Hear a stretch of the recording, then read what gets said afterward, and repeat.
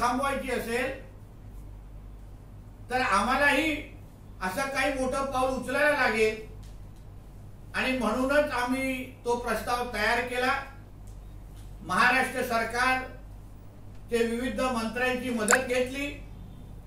मग त्याच्यामध्ये सन्माननीय अब्दुल सत्तारजींनी आम्हाला याच्यामध्ये सहकार्य केलं, सन्माननीय आमचे देवेंद्र फडणवीस साहेबांनी याच्यामध्ये सहकार्य केलं आणि हे आज जे मार्केट यार्ड आपल्या सिंधुदुर्गामध्ये ज्याची आम्ही घोषणा आज करतोय ते येणाऱ्या काही महिन्यामध्ये जेव्हा ते मार्केट यार्ड उभं राहील, मला विश्वास आहे त्या दिवसापासून आमच्या इकडच्या जिल्ह्याच्या आंबा शेतकऱ्यांचं आयुष्य